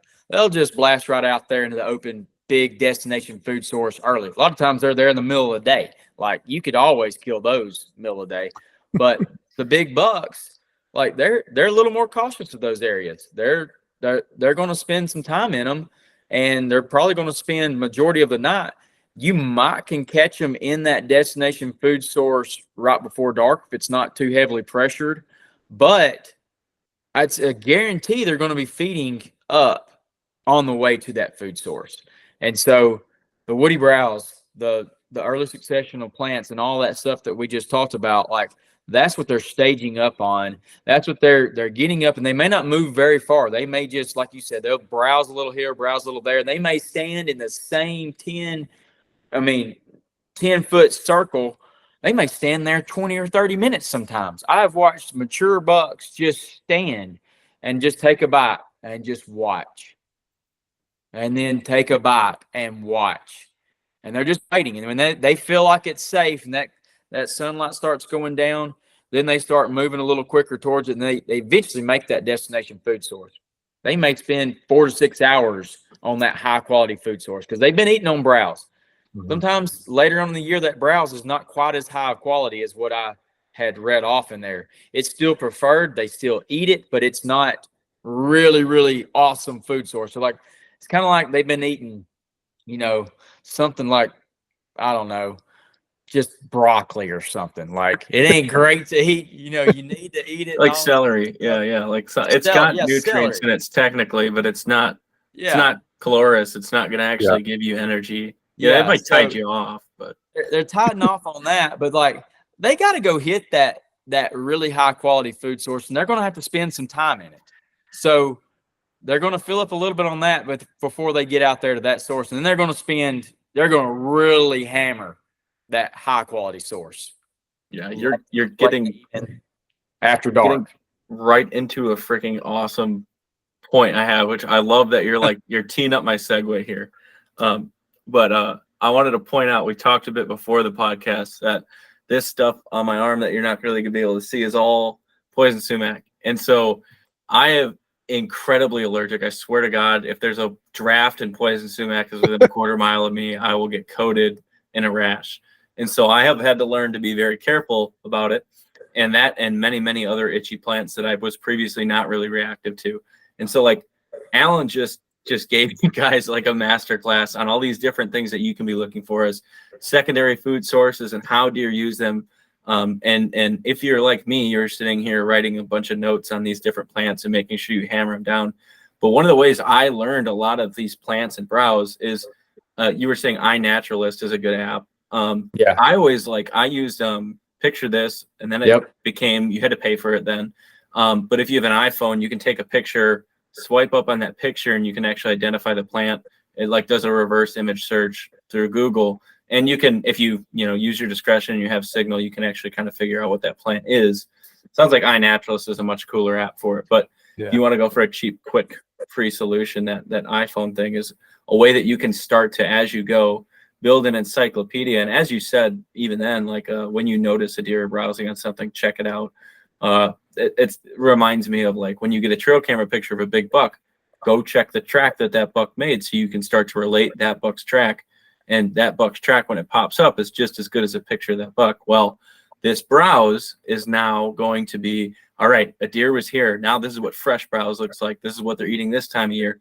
And you can start to record those things. And then, no one thinks they're an expert on it, but all of a sudden you can rattle off 10, 15 different browse, and you realize you kind of know what you're doing once you get that experience as you're walking through. But yeah, it came out of necessity for me because I didn't know if I was going to react to it or if a deer was going to eat it, but I was going to figure out what it was either way. And so you talked about at the end there, deer kind of selecting for certain plants. So, they've been tied off by certain things from their secondary browse, and they're going to go hit that major food source. And the way that you talked about them cycling is exactly what I've seen, where they will leave their beds. They'll hit they'll hit a secondary food source to a primary. They'll bed, chew their cud, and they'll go through, I've seen these bed cycles where I'll get up super, super early for work. I'll leave my house at 1 a.m. sometimes, and I'll see deer bedded, just chewing their cud. And then I'll come back really late, and I'll see them going out to then eat that food. And so I get to observe these cycles over and over. And that was just so spot on. But I always wonder if the deer are choosing these things because they understand biologically what they need to survive, or if they have, the same way some humans do, certain cravings, and they understand that a food source is going to phase out. So like if they know that the acorns, the white oaks, are about to rot out, are they then targeting them, or is that the nutrient they need at the specific time? Is that how they're selecting their food? I know that's kind of like a read a deer's mind kind of question, but what do you kind of see from a biological perspective there? So what deer are doing in like the fall, they know that they're about to go through the rut. That's going to deplete a ton of energy, a ton of fat reserves. They're also going to go through the winter. That's going to do the exact same thing. So they're going and seeking out foods that are going to help them to get fatter. That's what acorns do. That's why they love acorns so much. It's a really, really high energy and fat content. And so they're going to seek those foods out. You'll see so much more deer feeding early season. Like you'll just see bachelor groups of bucks come out on ag fields or even in just oak flats and stuff like that, feeding on acreage. And they're just like, they're just scouring the ground, trying to eat as much as they can. Well, they're trying to bulk up. That like they know that what's coming is that this is a good food source, and they know it's limited too. Like, I mean, I tell people all the time, like if you're going to bait, like I would rather go out there and strow a bunch of corn as if I was going to plant the field, as opposed to go out there and put a feeder up that they know is going to be up there all the time. It's free reign. They can come get to that whenever they want to, at night or whenever. Like when an acorn tree starts dropping, like the deer know about it. I told you about that chestnut oak that drops on my farm. It's the first tree to drop every single year. And every single year I'll have bachelor group of bucks on that tree. They know when it drops, they're there. And it's like they want to race each other to get there to get it, because they know if they don't go, it might not have acorns left by the time they wait till late season or late at night. So I do think that it's kind of both. Like if that answers your question or not, but I do believe it is both. They can smell so much better than we can. It's like they can smell the nutrients, they can smell. And then, you're always seeing, when you're looking for this browse that we're talking about, 99% of the time, they're eating the top tip of the plant. They're not eating the whole entire plant. Sometimes you'll see them eat it down farther if that food source is still a high quality food source, or if that food source is limited. Maybe you don't have a lot of the high quality food source.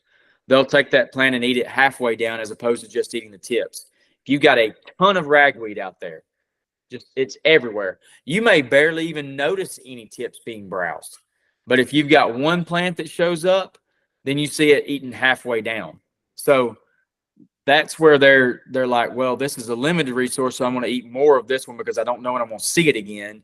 And then the whole acorn thing or the bait thing, if you've got a small limited amount of source, that they know that they've got to go, they crave it, they love it, they want to get it, and it might not be there if I wait till dark. Kind of a thing. Gotcha. So a lot of nettle in hill country is browsed to the ground where I used to hunt, and out here it's everywhere, and it's up to sometimes head height. And to relate a little bit of human biology to what you just talked about, we kind of do the same things. We adapt, and a lot of animals, every animal does this. We adapt to what we're given in our current environment. So for instance, if let's go back to like primal times, like if you're a civilization in Africa and all of a sudden a lion moves into your village, right? And you need to run for miles and miles and miles every single day to survive and move your family over and over again, where you were previously sedentary. Your body is going to go through pains with your knees and stuff like that, but it's going to adapt over time, because this is the new lifestyle you have to live in order to survive.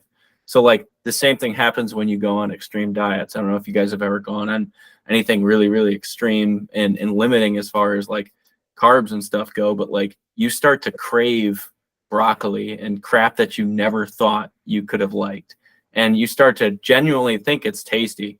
Like your taste buds start to realize that they're craving the nutrients that they need to survive, and they're craving what's available to you at the time. And so the catch to that is then when you go back to the pizza, the cake, it tastes out of this freaking world because your body didn't realize that that was a resource at the time. But for a deer, with their sense of smell and everything like that, they can tell when something's going to be coming into supply. They can tell that it's going to be going out of supply. And I'm sure that their bodies undergo those same adaptations where they are craving them for that limited period of time. Mhm. Now, I've been a question hog. I'm reserving a spot for one more, but Josh, I know you had a good one. No, you've had There, some I'm great sorry, ones. but yeah, Jacob is very eager to learn. yeah. What is it with you guys and broccoli? I love broccoli. I do I too. love broccoli, but it's like the standard. It's like the standard vegetable that you point out if you're, Yeah, it's we the used thing to- that you were probably fed as a kid that you probably When- were strapped to the chair when you were fed it. When me and my wife would want to go on a date, and our little boy was little, and he always wanted to go everywhere with us, still does. But if we wanted to go on a date without him, we'd drop him off and say, "Buddy, we're going to the broccoli store." He, "Oh, yuck, I don't want to go." So, That's funny. That's funny. But to kind of piggyback off of Jacob's points, building that catalog of those native plants and that, and then kind of realizing that deer kind of know when the acorns are going to drop, or they're going to be able to smell these different plants and kind of select them as they need to. And you had briefly mentioned this earlier, Alan, about targeting like a specific plant during a specific time of year. So do you feel like hunters, if they build up this catalog, that they are able to kind of target these specific plants throughout the year? absolutely. So, I'm a huge component of historical observations or historical daytime pictures of bucks. Like I believe in it like wholeheartedly. I've killed deer not really knowing where to go sit, but like knowing that this buck was using this area last year, and I go sit in that stand because of that reason alone. And he shows up and I kill him. And so I think that if there is a buck using an area and you don't really know why he's using the area, if you can find this food source, and it may help you know where he's going to shift, and it also may help you know that, like, well, this food source was here last year, and this is where this buck was last year, then I may go hunt that food source again this year, or at least check it out, see if it's being browsed like it was last year. So I believe that it can help you start. Like, people don't even like it blows my mind to me how many times I go on properties as a hunting consultant to teach people about native habitat, teach people how to hunt. And we'll go walking through the woods and I'll start pointing out this deer browse. They're like, it blows their mind. They're like, oh, I didn't know deer ate that. I thought they ate corn and soybeans and wheat, clover, like. It blows my mind how many people just don't understand how much deer are actually eating all of this. And so, as maybe you're really, really green in all this, maybe you're a first time, you're just getting out in the woods and starting to hunt. What you're looking for is what looks like a stick that should have more leaves on it, but it's just squared off. There's no leaves at the top where there should be some leaves. You may see another plant that right beside it that looks just like it, but it doesn't have a square top. Well, that was deer browse, most likely, unless it was all the way down to like an inch. Could be a rabbit, but there's really nothing else out there doing that. So when I first got into the public land hunting, I was out in hill country, and the ridge tops are covered in greenbrier, and Yes. for about a year. And it's probably the best way you could show somebody.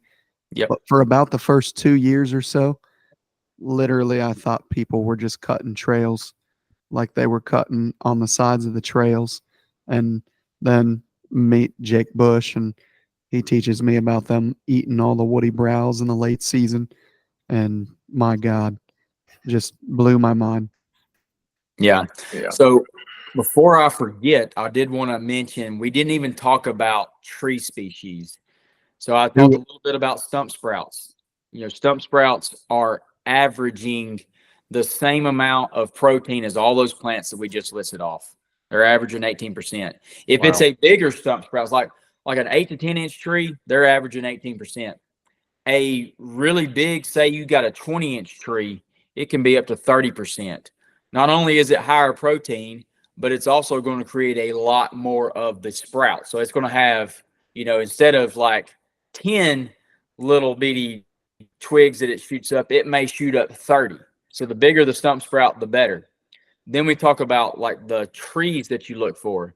You mentioned maple. Maples are really high on the list as a tree that deer browse. Box elder is really, really good. Green ash is phenomenal in the South. I don't know if y'all have many green ash up there, but y'all may have some white ash, unless the emerald ash borer done ate them all up. But Yeah, those were They're awesome. starting to come back though. Okay, so ash are really, really good deer browse. Oaks are good. Basswood, dogwood. You mentioned red osier dogwood. We don't have red osier down here, but we've got 3 other kinds down here, and they're all good. But that's just to name a few that when you have a fire, when you have a disturbance, it don't have to be a chainsaw. If the public land you hunt is burning, go look for these trees that are being browsed on, just like these plants. And these trees are actually going, like when you have a frost, majority of these native plants that we talk about in old field areas, they go dormant. And even if they're not dormant yet, some of these native plants are even senescing. They've already started producing seeds. They're kind of getting, getting mature, just like soybeans. When they start turning yellow and, the deer kind of go off of them. Well, these native plants will kind of do the same thing. They start taking all the nutrients from their leaves and putting into the seed. And so then the seed drops. Well, then some of the seeds the deer may eat, but some of them they don't. And that's when they're transitioning over to the acorns and woody browse. So that's the other thing to start looking for. And the woody browse will actually stay, like if the tree, a big canopy tree starts losing its leaves, sometimes the woody browse being lower to the ground, closer to the ground, holding heat, they may hold their leaves a little bit longer. And I have witnessed this so many times in that timber cut that we talked about, hunting that one oak tree that I love to hunt opening weekend. Some years I have a really good food plot down there. Some years it's dry. It's really, really rocky soil. It's not the greatest for food plots, but some years it does good. Well, I have sat there and timed how long deer are spending eating on each thing. I'll watch them. They come down out of the savanna and then filter down into the food plot and then hit that tree. And then they work their way back up through where I cut it a little bit harder, where a little spot that looks like what Josh had found on that transition line.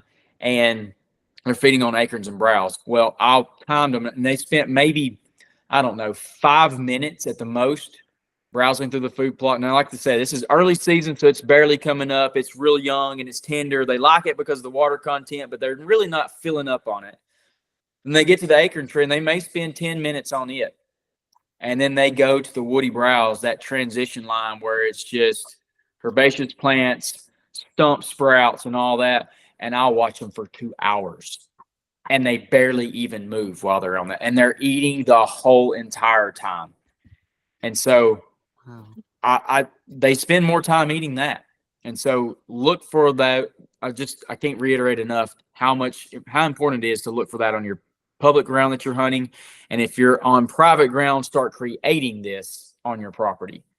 So I wasn't going to spoil the presentation I'm doing in the Northern Show to Chris and Josh, but you hit on a point that I would love to iterate. This is exactly how it applies in my strategy, in a public land hunter strategy. When I am hunting a buck on a bed, whether it's rut or whether he's bed to does, bed to food, whatever, there are certain sources that I expect him to hit on the way or from his bed if he's going to be bedded there. So these secondary food sources, and oftentimes it's like saplings or scrape or something like that, but a lot of people don't think at it. In the case of food sources, I will mark areas where I expect to see browse sign if a buck is in that bed. So I can pre-scout 100 yards away. I can check. So like I'll come to places where there's a wall of tamaracks, right? And any one of these tamaracks is a dry root ball. Everywhere else around it's wet. And those deer have to come out of those tamaracks at night. And so a lot of the times there's 40 options for beds on a 200-yard path, but there's one individual trail that goes to almost every single bed. So, if it's not wet enough that I can't see splatter onto the cattails, and there's not just a glaring rub that's still bleeding going in, you bet your ass I'm checking all of the browse sources on the way on those trails into the bed. And almost every time the one that's being used is the one that has the fresh browse. And it's like, it's even more glaring during the rut because they're accompanied by does, and the does browse way more than a single buck will, on the way. Just by volume, it's harder for you to miss the sign. But that's something that I mean, it's huge in my strategy, but I never hear anyone talk about, is actually checking the browse source leading into the bed to determine if that's the bed that's being used right now. When you just hit on the whole other point, it may be a rabbit hole, I don't know, but like when I have witnessed bucks chasing does, these big mature bucks don't like to take their doe out to that big destination food source for every little 4-point and 6-point and scrubby buck to come and chase them around and dilly-dally around. I will watch does come out on food plots and just get completely harassed or not even close to being ready to breed. But then if you catch a buck in this kind of habitat, she's just as calm as she can be. He's calm as he can be. Like they're chasing each other around, but he ain't really trying to like just run all over the place like nuts. She's feeding a little bit and he's courting her. Like it's pretty easy to get a shot on them. Like they're not like when I catch bucks like chasing a doe across the field, like they're usually running. You got to yell at them to stop them and that kind of thing. But like when you're in this kind of stuff, they're stopping, they're scraping, they're just so much more comfortable. And the does are comfortable and they don't feel like they're being harassed by all these little bucks and stuff. So like just adds to all the benefit of hunting in this type of terrain and this type of habitat. Like it makes it easier to hunt, makes it easier to get a shot. They feel more comfortable in it. Yeah, it's like if you have a hot girlfriend, are you taking her out to the club or the bar for a date? Or are you taking her to a fancy dinner? Or are you watching a movie at home? Like, no doubt. We know what we're choosing here. No doubt. So my grandmother lives close to me, and there's an old field that used to just grow up every year, and I never really paid much attention. I was a little kid at the time, and early 2000s they started cutting it, plowing it, and planting beans. A couple times they did corn, but it's mainly beans every year. Well, a few years ago, it was right around COVID when I don't know if prices went up or whatever the heck happened, but a lot of farmers just didn't plant fields, and that one didn't get planted, didn't get sprayed, didn't get tilled, nothing.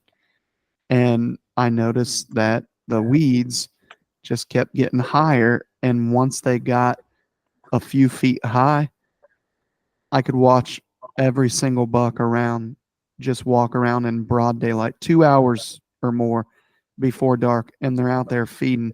And that was actually what started to get my mind turning on the native thing, because I'm sitting there looking like, dude, this is a field full of weeds, and I've never seen this activity in the damn welfare beans that have been planted there for 2 decades.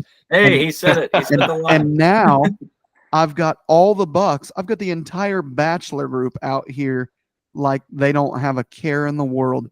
And it just got the hamster on the wheel, so to speak. It is crazy, but, hitting on what you're talking about with them being comfortable, something about that, belly or back high stuff, it just makes them feel secure. Mm-hmm.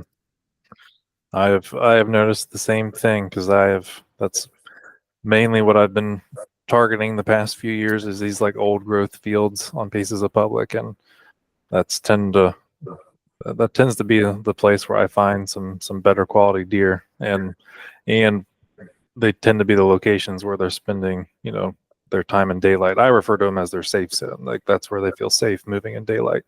One more little caveat I might add. I mean, this buck right here on the wall, I was hunting him in an old field area, and I actually grunted this deer up to 25 yards. He was running across the field. He ran across the ag field, crossed into the big CRP looking stuff. It's just old field, and was running wide open across there. And I grunted. I buck roared as loud as my Primos buck roar will absolutely buck roar on it. He threw on the brakes. I hit one more, and that joker didn't even check up. he ran as hard as he could possibly run straight to me, all the way up to 25 yards. And that's an old deer. He's not a scoring machine, but he's a cool old deer. But one I had a lot of history with. But like, they feel so much more comfortable responding to a call in this type of habitat. How many times have you been in open hardwoods hunting? Hopefully not a whole lot, but like, you see a buck that you want to kill and you try to call to him and he's just going to look your way and going to say, no, not today, buddy. I ain't coming across there. I can see everything over there. Ain't no deer over there. But when you're in this type of cover and you grunt, like, they're like, oh, I got to see what's over there. I got to get over there and like, he's in my woods. You know, like, they feel so much more comfortable coming to a grunt call. And I kill a lot of my bucks grunting them up. Like, I'm very aggressive with a grunt call. I don't feel like I have to. I've killed them being on the trails too, but like, if they ain't on my trail, I just need to see them. I just need to lay eyes on them, and I'll hit them with a grunt call. I don't do a lot of blind calling, but like, I'll hit them with a grunt call, and 9 times out of the 10, I'll have them at my tree and kill them with a bow. And so, hunting in this kind of cover will help you do that. If you're hunting in wide open fields, food plots, or wide open timber, good luck. You might can call up a 2 or 3 year old buck, but those big, gnarly 6, 7 year old bucks, they're not playing the game. Yeah, for sure. I got to hit on this because in my head I'm smiling real big. This has been some juicy stuff, Alan. This has actually gone down some really nice rabbit holes for us. You know, selfishly for us. It's exactly where we want to go. Yeah, exactly where we wanted it to go. And then I hope the listeners are getting a lot out of this.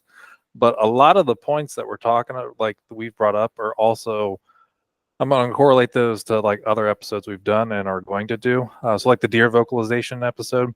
Later on in this series, we're going to have a deer vocalization episode, and we're going to hit on some of that, what you just talked about. Earlier, you were talking about the deer bedding, and, you know, how they, you know, a lot of times they're bedding in these areas where they have these, you know, native food sources close by. We're going to do an episode all about understanding mature buck bedding, and because that's a once I started trying to figure out, you know, where these bucks like to bed or where they prefer to bed, and a lot of it does correlate with the native habitat and the native browse, like that's like a big piece of the puzzle, I feel like, in order to start like consistently trying to kill these mature deer. So later on in the series, we are doing an episode all on buck bedding, and it'll hit on some of those topics. Another interesting one that we talked about was how many times they're getting up to feed. And you had mentioned 4 to 6 times during the day. We're going to do an episode all about the moon positioning. And it's kind of funny so there's a lot of people that pay attention to the moon or you know, moon positioning, talk about 4 different feed times. You got your 2 majors and your 2 minors. So we're going to get on the topics of how that somewhat correlates and what some other hunters have seen with that. So that's really interesting. And then one last thing, I do want to plug an episode that we have done in the past. We did an episode, it was episode 182, called Beating the Shift, Whitetail Tactics That Produce. And we talk about strategies that we've kind of developed to help kind of anticipate or quote unquote beat the shift. And we do talk about some of these like old grown fields and some of this native habitat stuff that really, you know, helps us. You know, a lot of people are like, oh, you know, the deer are shifting like way, you know, miles and miles, or they're going off the property. But I feel like if you have an understanding of these native food sources, you can mitigate that. So I just wanted to throw that out there because that has been on my mind as we've been talking about these topics.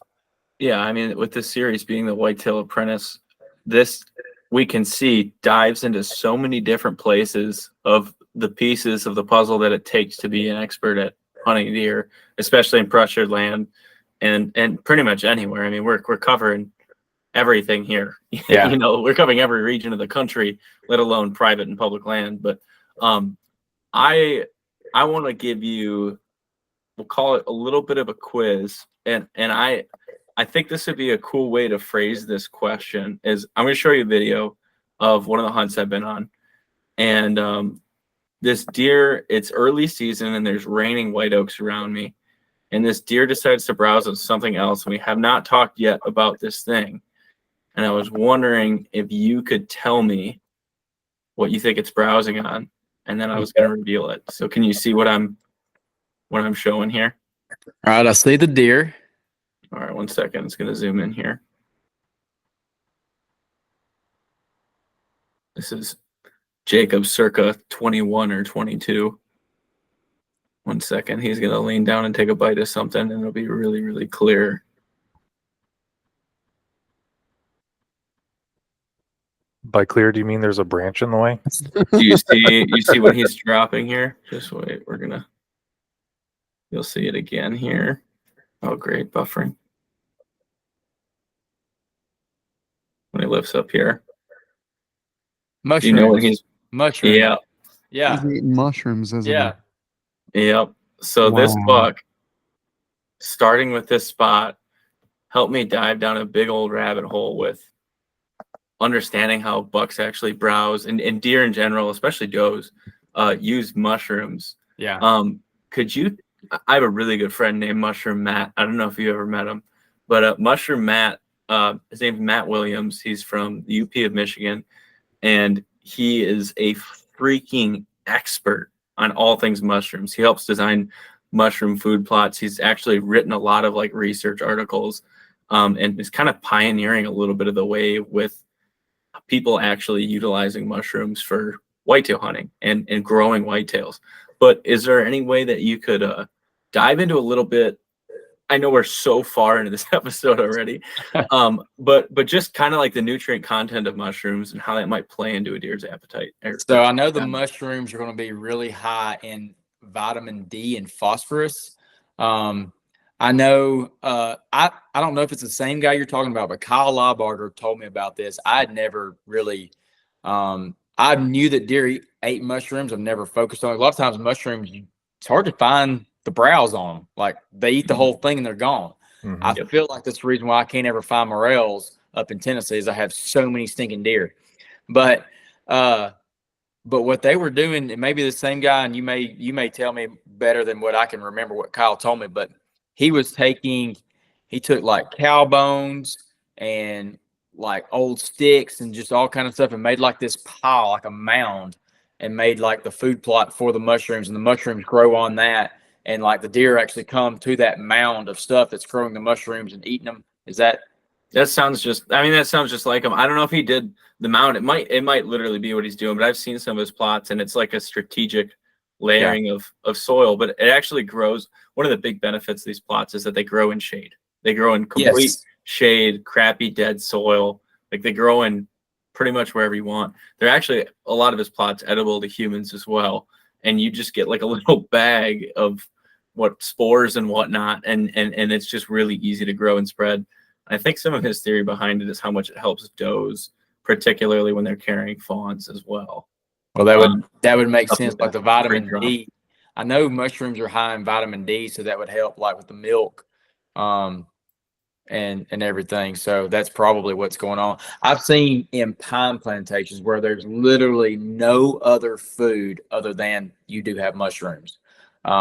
So if you're in pine country, you might hone in on some mushrooms, but a lot of times there'll be some mushrooms down there, and that's the only thing that'll grow in it.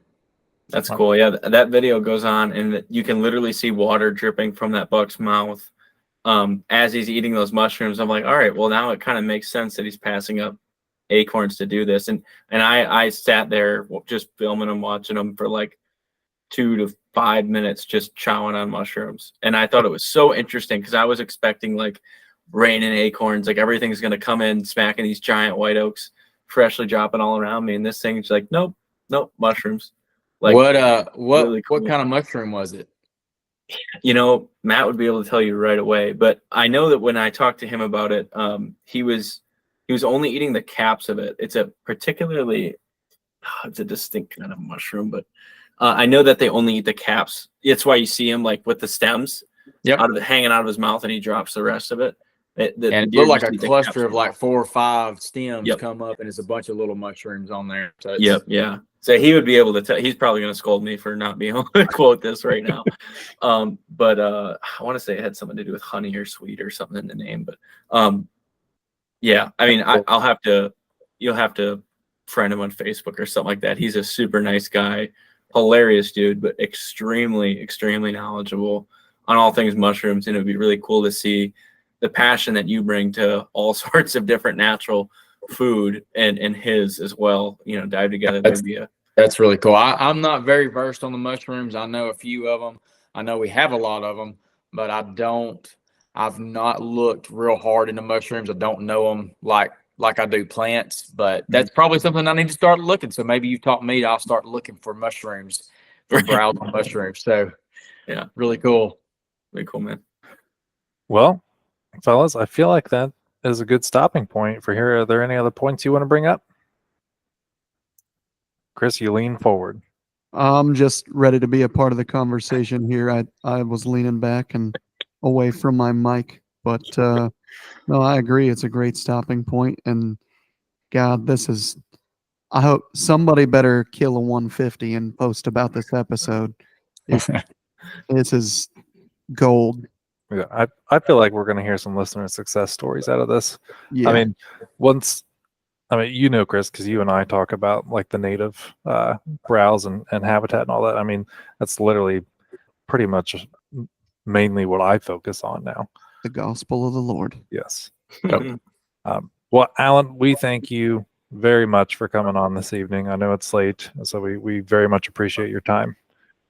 No, thanks for having me, man. It's been an honor to hang out with you, all y'all down at the expo in Georgia, and get to know y'all personally and everything. And so I really appreciate y'all having me on and giving me the opportunity.